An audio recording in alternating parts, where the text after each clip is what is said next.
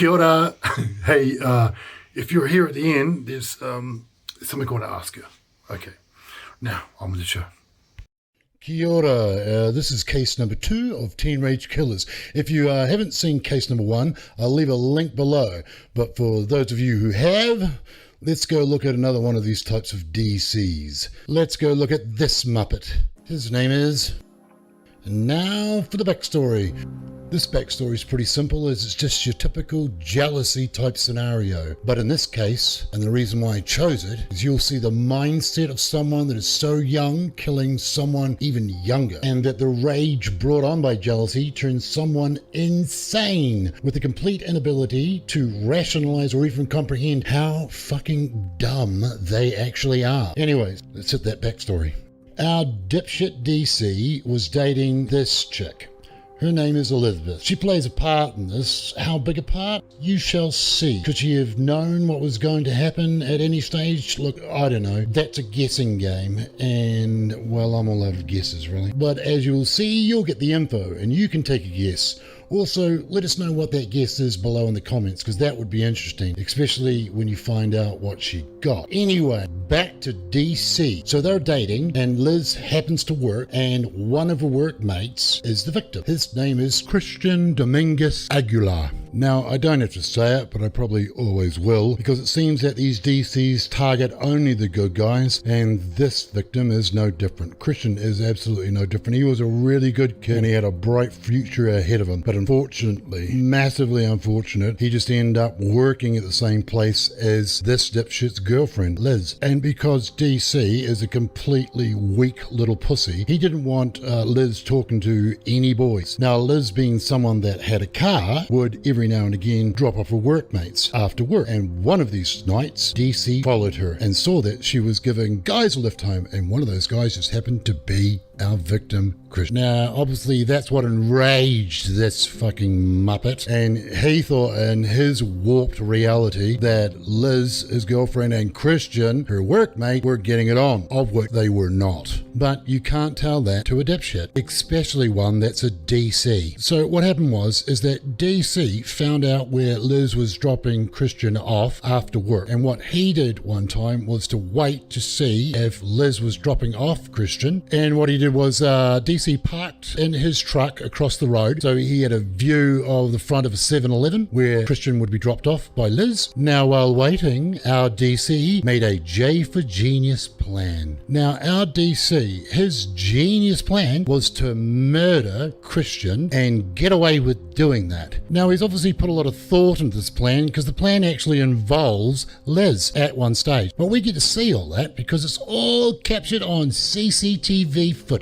I think that's part of his plan as well, really. It's hard to say, really. If you're not a DC, it's quite difficult to say or think like a DC. Now, part of this genius's plan is that he's actually going to get away with doing what he does. And that's what makes him stand out like this guy. Because honestly, this DC really is fucking Einstein that has a plan like this. Of course, if you haven't seen Einstein, then I'll drop a link below and you should catch that episode as well, because you'll understand what the hell the narrator is talking about. Anyways, I digress. No, actually, wait a minute. I'm going to put a plug in here. If you could please like this video, and if you haven't already, please, dear God, subscribe. We'll be able to see DCs and Einsteins and idiots like this and us ripping into them. Anyways, I digress twice.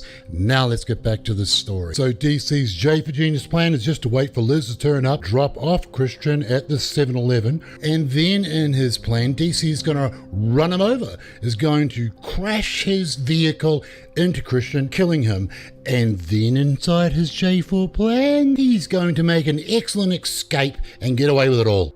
Why? Because he's a genius. He's a fucking genius. And here comes Liz now. She's dropping off Christian. And there's young Christian, there's young 18-year-old Christian, and he's on his merry way home, not knowing the danger that is about to face him. And here comes DC. Now what happens, DC tries to run him over in the car park. We don't actually see that, but what we do see is this part where he turns his truck around and he goes again trying to hit Christian. And that's where we pick it up here.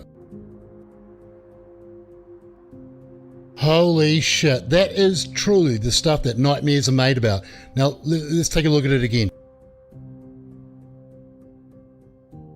I've always thought, what would I do in a situation where someone was trying to run me down? Like, how would I do it? Would I wait till the last moment before I jump out of the way? Or if I couldn't get up a flight of stairs or into a building or something, what would you do?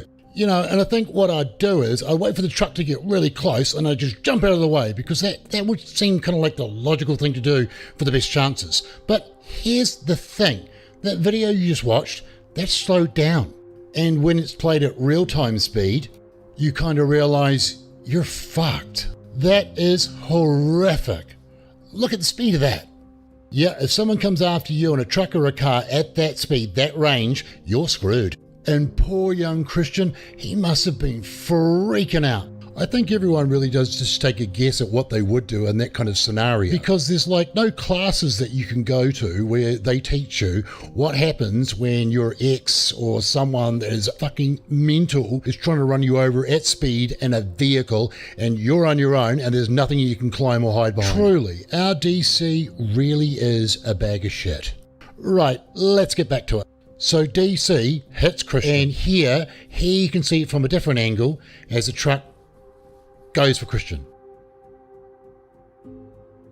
This is what DC's truck ended up looking like. Smashed to pieces. Anyways, so DC hits Christian with the truck, and then what he does is he jumps out and then takes off. It's all just part of the plan. And inclusive in that genius plan is DC running back to the truck because he forgot the keys, because his front door key is on his truck keys. Genius. Just fucking genius. Now, here's the thing. Where is Elizabeth? Well, I can tell you where she is. That's her there. Now, here's the thing. As she walks up, old DC, he's at the truck getting the keys, and then he takes off. And she kind of takes off on after him.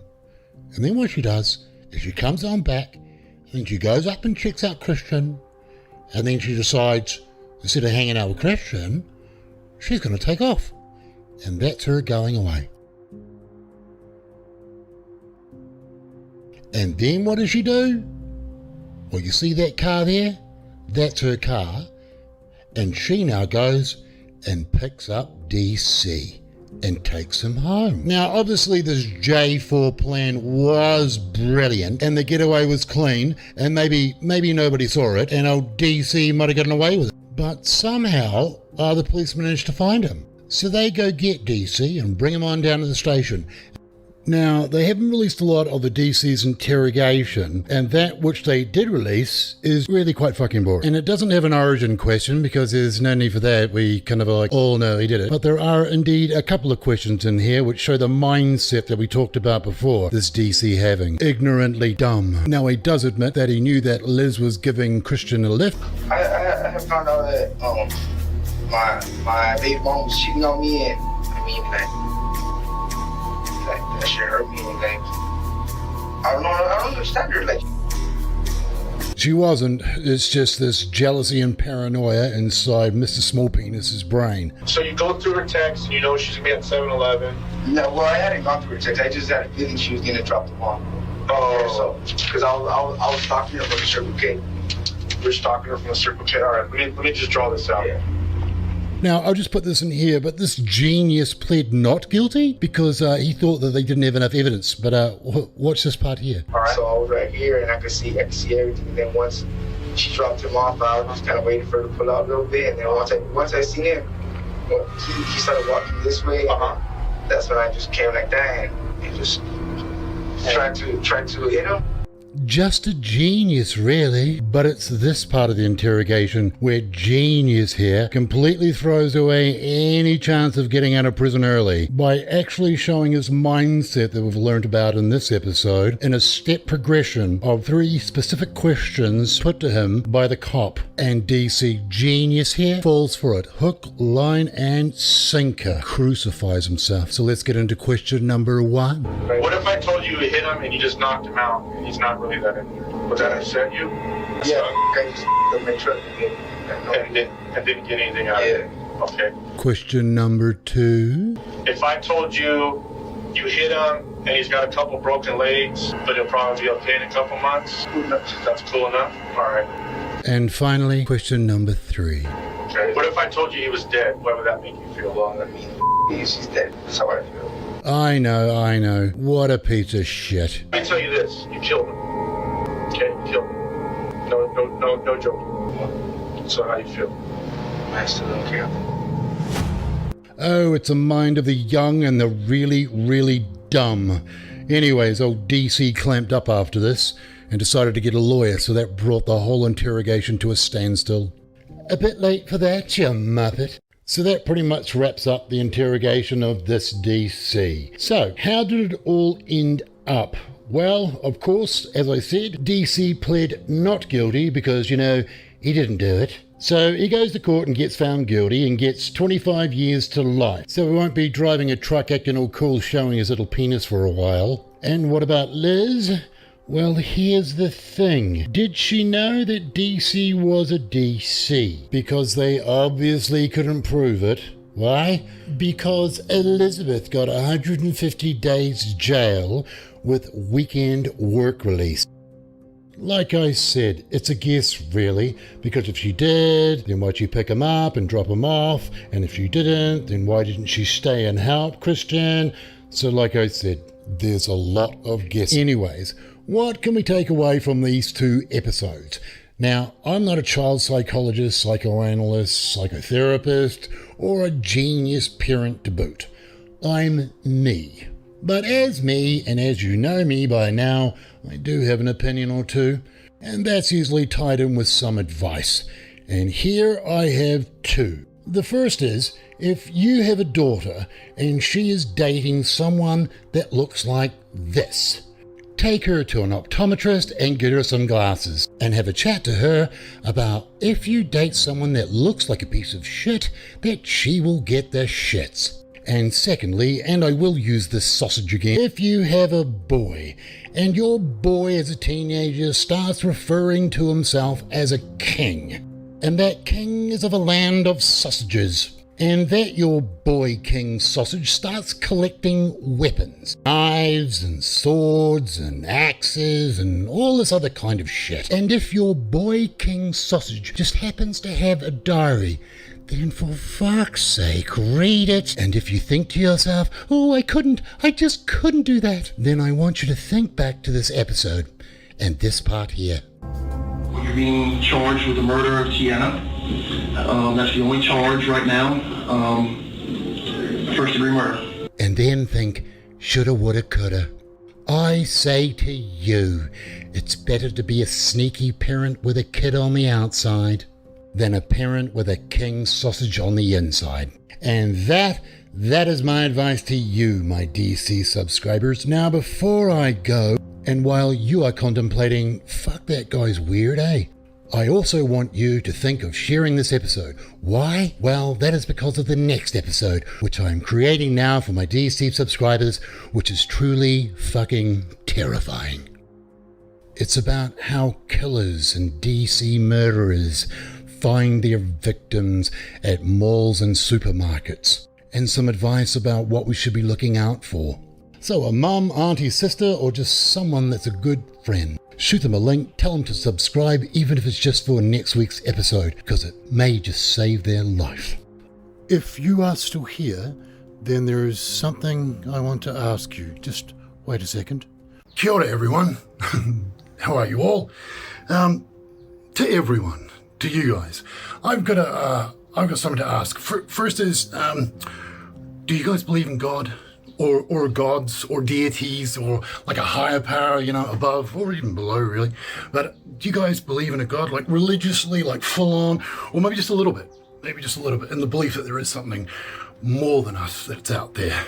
Or even if you don't believe at all, perhaps you could borrow one, or borrow them all, for what I ask you to do. And that would be, if you can say a prayer to that God or gods. If you could say a prayer for all of those people that are in Palestine and Israel right now, who are scared to death and have absolutely no want or like or joy or fucking rage in killing other people or going to war. All of those people that are scared to fucking death right now. Manu, wahine, and tamariki, men, women, and children. All of those people just like us, have whānaus, love them, don't want war. Fuck. You know, if you could say a prayer for those guys, because those guys, I would say a prayer to my God. Man, it makes you think, you know, like no matter how bad you have a day sometimes, and sometimes it can be bad, that there are other people out there just like us that have it so much worse. Like, anyways, be it that you do or don't, be it that you have one or not, all of you, stay safe, and I'll see you guys the next episode. See you at the channel, or at church.